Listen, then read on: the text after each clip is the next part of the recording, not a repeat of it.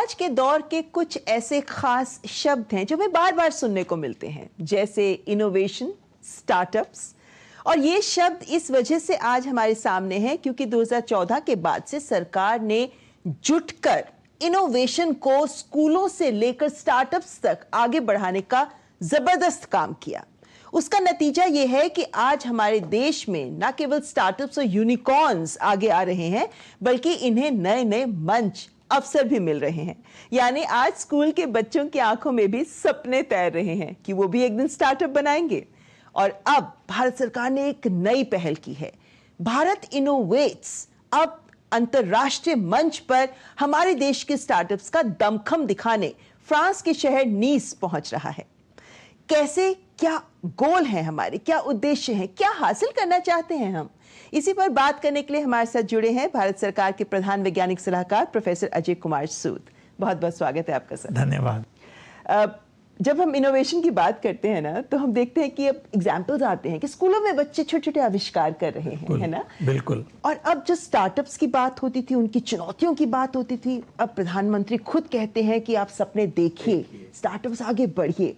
तो ये जो भारत इनोवेट्स है, ये कैसे तस्वीर बदल रहा है? देखिए, भारत इनोवेट, जैसे आपने कहा, एक मंच नया आया है जिसमें हमारे देश की इंटरप्रेन्योरल एनर्जी और हमारी एकेडमिक एक्सीलेंस और हमारी रिस्क लेने की क्षमता और नए प्रोडक्ट्स बनाने की क्षमता, इन सब को एक तरह से शोकेस करेगा। मैं तो ये कहूँगा कि ये शोकेस ही नहीं है, उससे भी ज़्यादा है। ये भारत की सोच को उभर कर ला रहा है कि अब भारत इनोवेशन एक तरह से it is in the life style of Bharat. पर प्रधानमंत्री जी कहते हैं ना कि innovate in India, innovate for the world. तो ये जो सोच है कि हम विश्व की समस्याओं को हमारे भारत में इनोवेशन के माध्यम से सुलझा सकते हैं, क्या भारत इनोवेट्स 2026 इसी मंत्र को आगे बढ़ा रहा है? बिल्कुल। देखिए, इसमें हमारा ये है उद्देश्य कि जो हमारी संस्थाएं हैं, हायर एजुकेशन इंस्टीट्यूट से IITs हुए, इंडियन इंस्टीट्यूट ऑफ साइंस हुई, और वहाँ से और जो यूनिवर्सिटी से लोग जुड़े हैं, उनकी इन्वेंशंस जो स्टार्टअप में कन्वर्ट हो गई हैं, और जो और स्टार्टअप्स हैं, deep tech startups, not ordinary. Term बहुत इंपॉर्टेंट है, ये भी जरूर बताइए हमें। डीप टेक स्टार्टअप का मतलब है कि जो स्टार्टअप्स किसी बहुत ही गूढ़ रिसर्च और इनोवेशन पर आधारित है। ये एक कोई ऐप नहीं है। इट्स नॉट कि भाई सिंपली ऐप, आप खाना ऑर्डर कर दीजिए और ऐसा। वो भी अच्छी ऐप है, मैं उसका, मुझे कुछ वो नहीं है, पर ये उससे ज़्यादा है, बहुत ज़्यादा। जैसे अगर आप स्पेस में जाइए, स्पेस टेक्नोलॉजी, हम एक स्टार्टअप लेके जा रहे हैं जैसे अग्निकूल। इनका जो इनोवेशन है, ये 3D प्रिंटेड करके जो इंजन बनाएंगे और जो और रीयूजेबल रॉकेट्स बनाएंगे, उसको लेकर है। तो ये बहुत ही कटिंग एज है। तो उससे क्या होता है कि एक तरह से निश एरियाज हैं जो देश की टेक्नोलॉजी सॉवरेनिटी को आगे लाते हैं। तो इस डीप टेक स्टार्टअप्स का बहुत ज़्यादा महत्व है हमारे देश की सॉवरेनिटी के लिए। ये जो सॉवरेनिटी की बात आपने की है, हम टेक सॉवरेनिटी की बात करते हैं, दूसरी ओर हम कहते हैं कि आइए अन्य देशों के साथ मिलकर काम करें। अब हम फ्रांस के साथ हाथ मिला रहे हैं, कहीं कॉन्ट्रडिक्शन नहीं आती? एक्चुअली कॉन्ट्रडिक्शन नहीं है, इसको हमें इस तरह से देखना चाहिए कि हमें ग्लोबल पार्टनरशिप को ये देखना चाहिए कि हमें इस किसके साथ पार्टनरशिप करनी है। We should choose our partners with a position of strength. Okay. ये डिफरेंट। और ग्लोबल पार्टनरशिप का ये भी होता है कि अगर हम करते हैं तो our reach is also global. So global partnership and आत्मनिर्भरता are not contradictory. Actually, it means you choose the right partners at your will, at your strength, with your strength, and see that both the sides gain. It's not a one-way traffic. And you also choose the technologies which you need, not कि जो आपके ऊपर dump कर रहे हैं वो नहीं है। तो ये टेक्नोलॉजी सोवरेंटी और जो आप कह रहे हैं स्ट्रेटेजिक ऑटोनॉमी के लिए बहुत ज़रूरी है कि that we choose our partners right, and France is a very welcome partner. एंड जैसे आपको पता है कि जो दो देशों के हमारे संबंध हैं टेक्नोलॉजी में बहुत वर्षों से है, और ख़ासकर अभी पिछले कुछ सालों में प्रधानमंत्री जी के नेतृत्व में ये और भी आगे बढ़ गया है। और ये जो 2026 है ये तो ईयर ऑफ इनोवेशन है जी। और ये जब प्रधानमंत्री ने फरवरी में ही इसकी घोषणा की कि Bharat France year of innovation रहेगा ये वाला साल, और उसके बाद इसकी घोषणा हो गई कि हम भारत इनोवेट्स लेकर जा रहे हैं फ्रांस। बहुत कम वक्त था बीच में, तो ऐसे में कैसे तैयारी हुई आप लोगों की, क्योंकि 120 स्टार्टअप्स का चयन किया गया, तो किस तरह की प्री इवेंट्स रही हैं और कैसे आपने इस प्रोसेस को आगे बढ़ाया? तो इसमें हमने जैसे जो IITs थे वो पहले भी अपने स्टार्टअप का शोकेस करते थे पिछले सालों से, कई सालों से, 3 सालों से। ये एक ग्लोबल एडिशन आप मान के चलिए। और हमारे जो स्टार्टअप्स का इकोसिस्टम है अब बहुत ही वाइब्रेंट है, जो कम समय में हम एक्टिवेट कर सकते हैं। तो हमने इसमें करीबन 3000 हमारे पास एंट्रीज आई जो ओपन कॉल थी। उसमें से हमने बहुत ही ज़्यादा इंटरेक्शन और मिलके उनको हमने शोकेस किया 500 को IIT बॉम्बे के फंक्शन में। उन 500 में से हमने चुनी जो हम ले जा रहे हैं, और कुछ स्टार्टअप्स को हमने नॉमिनेट किया जो ऑलरेडी वेल एस्टेब्लिश्ड थे। तो it's a combination of the ones who applied और कुछ नॉमिनेट हुए। तो ये इसलिए हो पाया कि हमारे स्टार्टअप्स इस समय तैयार हैं जो क्वालिटी में और एंटरप्रेन्योरशिप में ग्लोबल स्टैंडर्ड्स के हैं। ये इसमें हमें तो आपको लगता है कि ये सही समय है, जैसे सही समय है, अभी समय है, अभी समय है, यही समय है, सही समय है जी। लेकिन प्रोफेसर साहब, अगर हम स्टार्टअप्स की ही बात करते हैं तो हम ये भी देखते हैं कि स्टार्टअप्स के सामने छोटी छोटी चुनौतियां हमेशा से रही हैं। डीप टेक स्टार्टअप्स एक लेवल पे पहुंच जाते हैं रिसर्च के माध्यम से, लेकिन हम फंड्स की बात करें, मेंटर्स की बात करें, ये सब चैलेंजेस खासकर छोटे शहरों के लिए रहते हैं, टियर 2, टियर 3 सिटीज़। और अब जबकि हम बात कर रहे हैं कि हम पूरे भारत में इनोवेशन को एक मंत्र बनाना चाहते हैं, तो इन 120 स्टार्टअप्स में से टियर 2, टियर 3 सिटीज़ से भी हैं क्या? हाँ, एक्चुअली आपको जान के खुशी होगी कि जो हमारे जनरल स्टार्टअप्स हैं, जैसे 2.2 लाख स्टार्टअप्स जो हैं, उसमें से जो जनरल स्टार्टअप्स हैं, नॉट डीप टेक, उसमें से almost 40 to 60% are in tier 2 and tier 3 cities. और इस 120 स्टार्टअप में भी काफ़ी स्टार्टअप्स छोटे सिटी से हैं, जैसे मदुरई, कोची, राजकोट, वडोदरा, जयपुर, बिलासपुर, धौलपुर। मैं छोटी सिटी तो नहीं कहूँगा, टियर 2 मान के चलिए, टियर 3 टू टियर 3, तो यहाँ से भी हैं। एक्चुअली इन स्टार्टअप्स को इन सिटीज़ में रहने का फ़ायदा है कि उनका कॉस्ट ऑफ ऑपरेशन भी कम रहता है, और टैलेंट अभी हर जगह है। आप ये नहीं कह सकते कि दिल्ली, बम्बई और बेंगलोर या यहीं रहेगा। तो इससे क्या होता है कि हमारे जो यंग लोग हैं, जो इंटरप्रेन्योर्स हैं, they get the right talent in these cities. तो ये बहुत ज़रूरी है। तो फिर जब हम इन स्टार्टअप्स को अंतर्राष्ट्रीय मंच दे रहे हैं, तो वहाँ पर भी तो उनके लिए कई बैरियर्स होते हैं, लीगल बैरियर्स होते हैं, रेगुलेटरी बैरियर्स भी होते हैं। इनकी हैंड होल्डिंग कैसे की जा रही है? ये बहुत अच्छा सवाल पूछा आपने, क्योंकि स्टार्टअप्स का ये इस शोकेस का ये मतलब नहीं है कि आप उनको कहो कि भाई आप आ जाइए और अपना शोकेस कीजिए, ऐसा नहीं होता। जैसे आपने बताया काफ़ी रेगुलेटरी मैकेनिज्म्स हैं। तो इसको करने के लिए इस पिछले कुछ महीनों में हमने बहुत ज़्यादा कंसल्टेशंस की। मैं आपको बताता हूँ कि डेडिकेटेड सेशंस किए। जैसे एग्जांपल मैं आपको टाइटल बताता हूँ जो सेल्फ एक्सप्लेनेटरी है, cracking Europe, how business really gets done beyond the pitch. उससे हमने स्टार्टअप्स को बताया कि what is expected. Then we said going global the right way, legal compliance and cross border readiness for Europe. और ऐसे 4-5 और हमने डेडिकेटेड सेशन किए। तो आपका जो कहना है वो बहुत सही है। इनोवेशन अपने आप में सिर्फ एक सक्सेस नहीं बन सकता जब तक हम स्टैंडर्डाइजेशन ना करें, जब तक हम रेगुलेटरी प्रोसेसेस ना अपने अपनाएं और जो भी है उनका इकोसिस्टम में लाएं। तो ये बहुत ज़रूरी है। और जो हमने प्रोग्राम बनाया जो अभी 3 दिन का वहाँ है, उसमें भी हम ऐसे सेशन ला रहे हैं, पैनल डिस्कशन है, जैसे regulatory frameworks and compliance for Europe एक हमारा सेशन है। तो हमारा कोशिश ये है कि इट शुड बी 360 डिग्री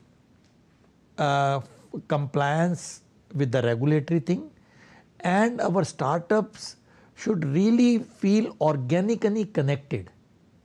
ये नहीं कि आप सिर्फ करके आ गए, आप ये देखिए कि हम कैसे इन्वेस्टर्स में इंटरेस्ट पैदा कर सकते हैं, कैसे को पायलट्स कर सकते हैं, कैसे हम कोलैबोरेशंस कर सकते हैं, और क्या इंडिया और फ्रांस दूसरी कंट्री में जाके अपना बिजनेस कर सकते हैं, वो भी होगा। क्योंकि अगर आप संसार देखें, जब 2 बड़ी शक्तियां भारत और फ्रांस एक प्लेटफॉर्म पे आ रहे हैं तो इसका बहुत बड़ा महत्व है। ये एक साइडेड नहीं है, अब 2 कंट्रीज़ को हम साथ ला रहे हैं। तो ये जो हम कह रहे हैं कि एक ग्लोबल एंगेजमेंट की पहली सीढ़ी है और उसके बाद और जाएंगे, ये होगा। ये नहीं है कि हमारे स्टार्टअप ग्लोबल नहीं थे, कुछ थे, तो उस नंबर को हमें इंक्रीज करना है। क्योंकि अब ये भी कहा जा रहा है कि भारत इनोवेट्स का मतलब यहाँ पे सॉफ्ट लैंडिंग मिलेगी हमारे स्टार्टअप्स को, यहाँ पे को इंक्यूबेशन होगा, यानी भारत और फ्रांस के लोग मिलकर इनको इंक्यूबेट करेंगे, जो बहुत इंपॉर्टेंट होता है, जो हैंड होल्डिंग का ही एक पार्ट होता है। लेकिन आपने जैसे कहा कि इन्वेस्टर्स भी आ रहे हैं, कैसा रिस्पांस मिल रहा है भारत इनोवेट्स में इन्वेस्टर्स के पार्टिसिपेशन को लेकर? ओ बहुत अच्छा।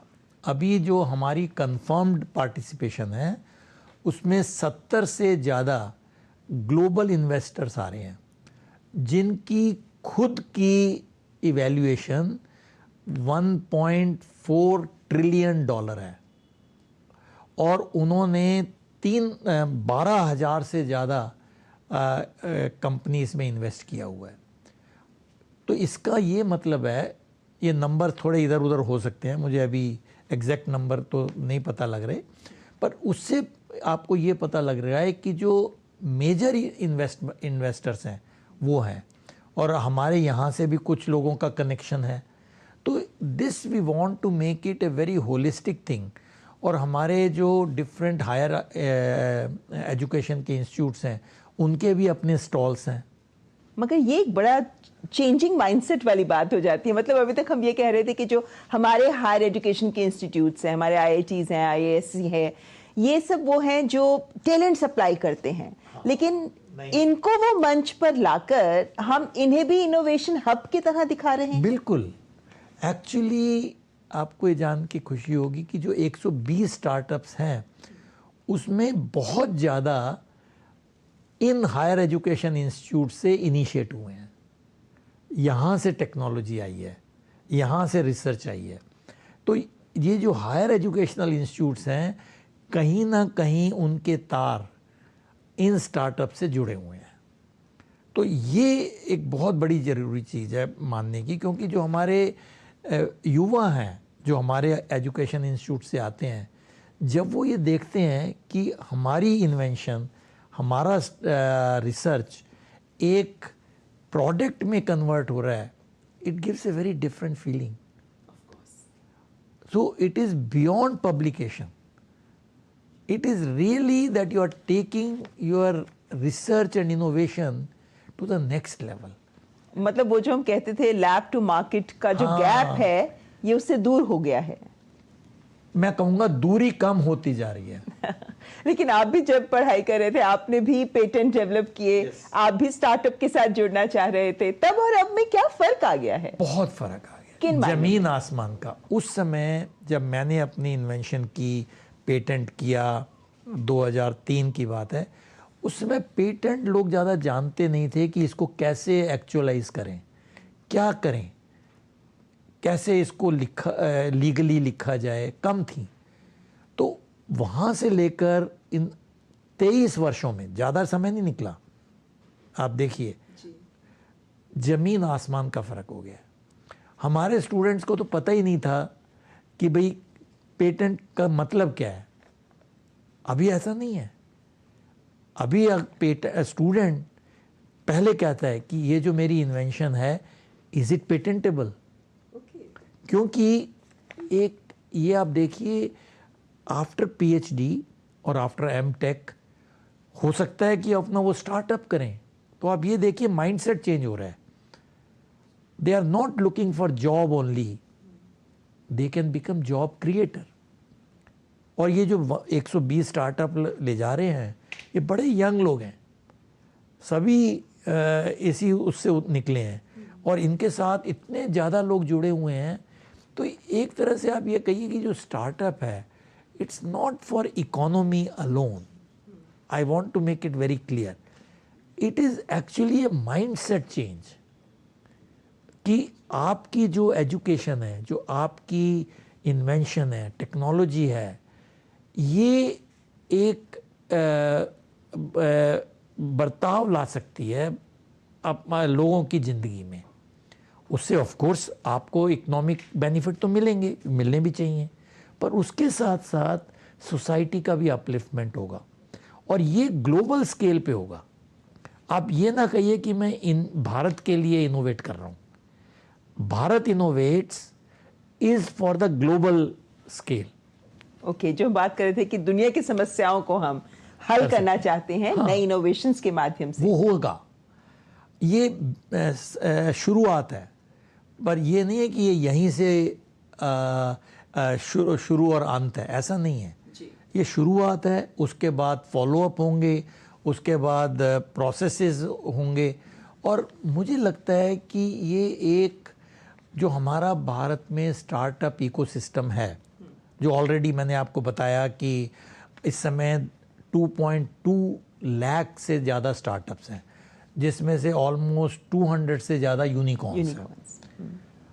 इसमें जब हम ग्लोबल पार्टिसिपेशन को लाएंगे, इसमें जो चेंज आएगा वो बहुत ही ज़्यादा होगा, in terms of visibility, in terms of impact. Professor साहब, ये बहुत बड़ी जिम्मेदारी है आप लोगों के कंधों पर कि पहली बार इतने बड़े स्तर का एक आयोजन किया जा रहा है। कभी दिल में धुक धुक होती है, ये लिटमस टेस्ट है, ये पूरी दुनिया देख रही है कि भारत क्या लेकर आ रहा है यहाँ। हाँ, आपकी बात ठीक है, पर हमें पूरा विश्वास है कि जो हम स्टार्टअप्स जा रहे हैं वहाँ, वो काफ़ी सक्सेसफुल स्टार्टअप्स हैं, और इनको लेकर यूरोप में और जो लोग आएंगे उसमें बहुत उत्साह रहेगा। हमारा उद्देश्य ये है कि ये जो हमारे स्टार्टअप हैं, जो 120 हैं, ये एक तरह से कुछ सैंपल हैं। और बहुत ज़्यादा स्टार्टअप्स हैं हमारे पास जो नहीं वहाँ जा रहे, पर इससे लोगों की आंखें खुलेंगी कि भारत की इनोवेशन किस स्तर पे आ गई है। तो हम चाहते हैं कि ये बहुत अच्छा रहे इवेंट, और इससे जो हमारे आउटकम्स हैं वो काफ़ी अच्छे रहे, और मुझे विश्वास है कि ये रहेगा। पर किस तरह के आउटकम्स, पार्टनरशिप्स? हाँ, हम चाहेंगे कि इस आउटकम में हमारे पार्टनरशिप रहें, इन्वेस्टमेंट रहें, को पायलट्स जैसे मैंने अभी बताया, और जो हमारे यूनिवर्सिटीज़ के साथ कोलैबोरेशंस हैं उनको हमारे हायर एजुकेशन इंस्टीट्यूट से बढ़ावा मिलेगा। और ये होगा कि हमारे स्टार्टअप को ये भी पता चलेगा कि यूरोप की मार्केट को क्या चाहिए, क्या अदर रिक्वायरमेंट्स हैं जो ऑलरेडी हमने जो वो तैयार हैं। फिर भी और ज़्यादा होगा।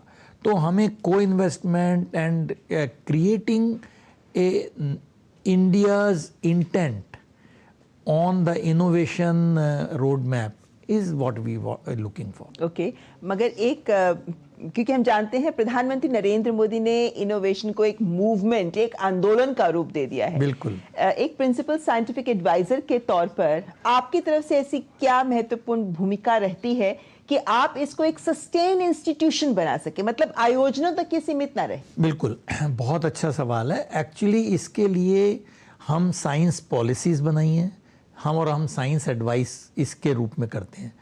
हमारे ऑफिस ने डीप टेक स्टार्टअप पॉलिसी का फ्रेमवर्क ड्राफ्ट भी बना के अपनी वेबसाइट पे रखा था, जिससे कुछ चीज़ें उभर के आई हैं जो इम्प्लीमेंट भी हो रही हैं। जैसे अभी 10,000 करोड़ रुपए का फंड ऑफ फंड्स अनाउंस हुआ है इस साल के बजट में, वो डीप टेक स्टार्टअप के लिए है। दूसरा, जो RDI फंड जो 1 लाख करोड़ रुपए जिसमें स्टार्टअप्स फंड ले सकते हैं, debt fund, sorry equity fund, equity कम है, डेट है, ये जो है ये यूनिक है सारे संसार में। गवर्नमेंट का पैसा आप प्राइवेट सेक्टर की R&D को बढ़ाने के लिए दे रहे हैं। ये पहले कभी नहीं हुआ। 1 लाख करोड़, आप जस्ट सी द नंबर्स। इसमें डीप टेक टेक्नोलॉजीज आएंगी, ऑर्डिनरी R&D के लिए नहीं है। तो ये जो 2 इंस्ट्रूमेंट्स आए हैं, और तीसरा अनुसंधान नेशनल रिसर्च फाउंडेशन, जो अगेन प्रधानमंत्री जी की सोच है, जिसमें वो चेयर करते हैं मिशन गवर्निंग बोर्ड को, उसमें भी हमारा ये इनोवेशन पे बहुत जोर है। तो आप देखिए कि सरकार इस हमारे जो प्रेजेंट प्राइम मिनिस्टर मोदी के लीडरशिप में कई ऐसे इनोवेशंस आ रही हैं, innovations in policy, not only in technology. और जो हमने मिशन लाए हैं, national quantum mission, national AI mission, critical mineral mission, green hydrogen mission, all are deep tech. And these mission make a movement जिसमें आप academic institutes, national lab, startups, industries all work together. So this is the beauty of this new way to look at S&T ecosystem in our country. तो ये जो S&T ecosystem आपका science and technology ecosystem है, clusters बन रहे हैं, उनमें भी बहुत काम हो रहा होगा। कुछ ऐसी नई इनोवेशन है जिसको आप हम एग्जांपल दे सकें? बहुत अच्छा, ये तो आपका बहुत अच्छा सवाल है, क्योंकि S&T जो क्लस्टर है ये हमारे ऑफिस ने शुरू किए हैं, जो आपकी अभी 8 हैं। उसमें हमारे कोशिश ये है कि किसी सिटी में या किसी रीजन में सारे के सारे stakeholders, academic institutes, colleges, startups, industries, वहाँ की म्यूनिसिपल गवर्नमेंट, सब मिलकर कोई उनकी जो लोकल प्रॉब्लम्स हैं उसको टेक्नोलॉजी से सॉल्व करें। ये एक मैं आपको बताता हूँ, जो हमारा पूना क्लस्टर है, और जब उसमें जो हमने सर्वेलेंस किया कोविड के टाइम में, दिस इज़ लाइक कि आप एनवायरमेंटल सर्वे कहते हैं, सर्वेलेंस कहते हैं। जैसे आप ड्रेनेज से पता कर सकते हैं कि पेंडेमिक की कोई संभावना तो नहीं है। ये हमारे क्लस्टर ने इनिशिएट किया, सबको मिलाकर, इसको लेकर और अब कई म्यूनिसिपल कॉरपोरेशन ने अडॉप्ट किया। तो आप देखिए कि ये टेक्नोलॉजी है, बट टेक्नोलॉजी सिर्फ टेक्नोलॉजी नहीं है, इसमें सारी के सारे जो स्टेक होल्डर्स हैं उनको मिला के चल रहे हैं। जी, मतलब आप एक ऐसा मंच दिया जा रहा है जहां आप आगे बढ़कर स्थानीय से लेकर अब भारत इनोवेट्स ग्लोबल स्टेज तक पहुंच रहा है। तो अंत में आपका संदेश देशवासियों के लिए, उन स्टार्टअप्स के लिए जो डीप टेक में काम कर रहे हैं, उन युवाओं के लिए जो अपने आप को डीप टेक से जोड़ना चाहते हैं? देखिए, मेरा तो कहना है कि ये बहुत ही ज़्यादा ठीक समय है कि आप खुलकर पूरे विश्वास के साथ और पूरे एनर्जी के साथ सोचिए कि आप ये जो हमारी इनोवेशन जर्नी है उसमें आप कैसे भागीदार बन सकते हैं, और कैसे हमारे देश को एक सशक्त देश बना सकते हैं, ताकि जब विकसित भारत 2047 की बात हो, हम देखें कि technology is a strong support for all the development which takes place. So the road to विकसित भारत वो साइंस एंड टेक्नोलॉजी और इनोवेशन के थ्रू होके जाएगी। बिल्कुल, और ऐसे में भारत इनोवेट्स इसी को और ज़्यादा पुश देता नजर आएगा। जी, बहुत बहुत धन्यवाद सर हमारे साथ बात करने के लिए, और धन्यवाद। भारत इनोवेट्स के लिए बहुत बहुत शुभकामनाएं। धन्यवाद, और आपका बहुत अच्छा रहा। Thank you.